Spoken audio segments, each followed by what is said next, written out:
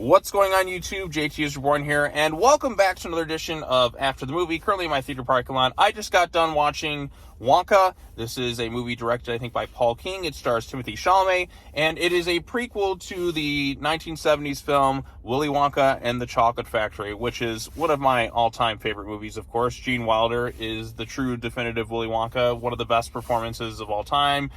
So iconic, I love that movie with all my heart. There's some things to make fun of for sure, like Grandpa Joe and some of the ridiculous aspects, but I still love the hell out of that film. It's one of my favorites from childhood and still one of my favorites to this day. And then, of course, there was the Tim Burton version, Charlie and the Chocolate Factory, which even going into that one, I remember seeing the ads like, this one looks a little awkward, and it's nowhere near as good as that one. But there are some aspects of it that I just kind of get a laugh at.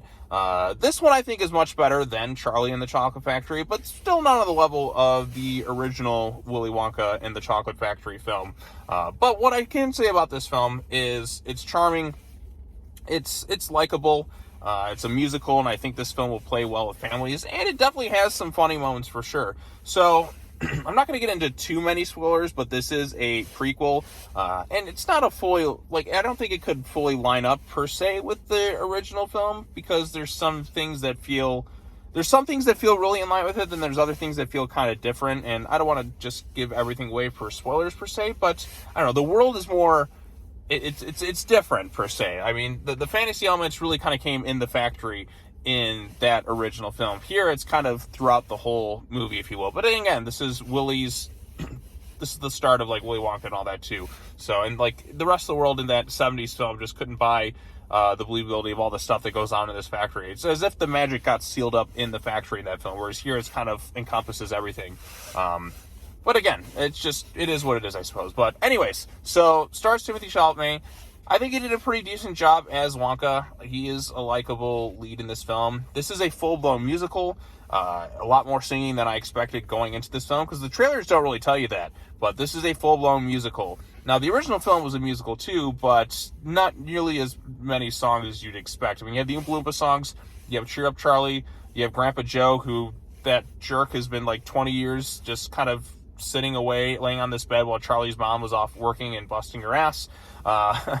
And then you also have Pure Imagination and a few other things. But this one, there's plenty of songs throughout. It opens up with the musical number, and it's kind of carried out throughout the whole thing. And it's good. I think it is a pretty good movie overall. Willy Wonka kind of comes to this place where he wants to open up his own little chocolate shop, and what eventually spawns into the chocolate factory. But unfortunately, he gets kind of caught. He accidentally doesn't read the fine print of the contract and gets kind of forced into slave labor where he has to pay things off. And he meets a bunch of various characters, including a young girl who he befriends. And that relationship is it's innocent. You don't really feel the jaded cynicism like I have in a lot of other movies that try to just be, cutesy and all that other stuff. Like I said, maybe it's just the director. He also made Paddington 1 and 2, so he knows how to kind of do this type of film quite well.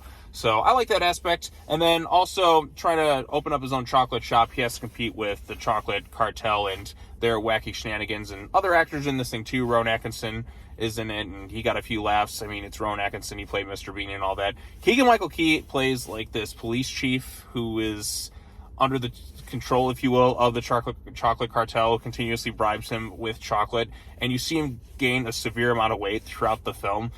Very reminiscent if you've seen Cloudy with a Chance of Meatballs and how Bruce Campbell was the mayor in that first movie, and when Flint is kind of launching the machine and the mayor just keeps gaining severe amounts of weight. Something like that there, but yeah, Keegan-Michael Key is a very funny actor, and he knew how to play this role quite well. And then my favorite part of this movie probably is the chocolate cartel. Just the voices and their performances. It's as if, you know how you do that snooty, rich, stuck-up British person type voice that you kind of see people mocking?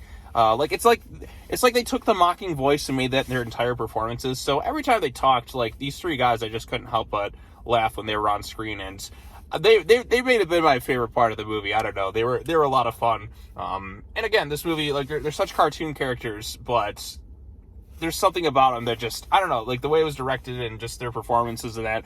They were easy to dislike, but they were also kind of fun. Like I said, this isn't a very jaded or cynical movie. There's a likability to it, and there's never a part where I just am like, this is quite bad or anything like that. The world itself is very colorful and imaginative.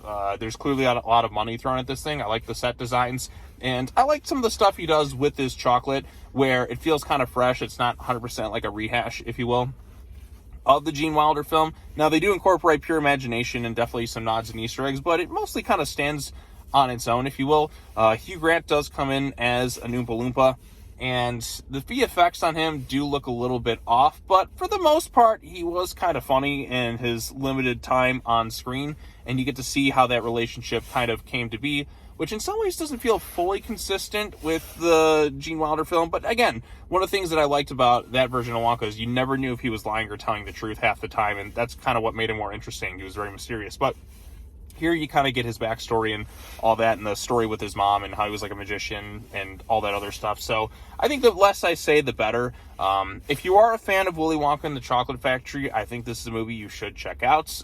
Like I said, it's a very entertaining movie from start to finish. It was a lot better than I would have expected it going into this thing, so I had a pretty good time. It's nice to see a good, clean family film like this that just feels very innocent and, like I said many times, likable. Its charm and optimism won me over, because there's so many, especially with a lot of movies that are out today, you really don't get this type of film all that often, and I appreciate it for what it was. So it's not going to hold up as much as the original film, in my humble opinion, but it is a worthy successor in a lot of ways. So now, the only thing that kind of bums me out is we haven't gotten Charlie in the Glass Elevator. That's the one movie I wish they would have adapted, but hey, it is what it is, I suppose. But anyways, that's all I have to say about this film. I'm probably running out of memory right now, so if you have seen Wonka, or if you have any thoughts on it, or what do you think of the other Wonka movies or the books or whatnot, let me know what you thought in the comment section down below. Be sure to like this video, share it with your friends, subscribe to the YouTube channel for more content, hit the bell for notifications. That's all I have to say. As always, take care now, bye-bye then, and I will see you all in the next video.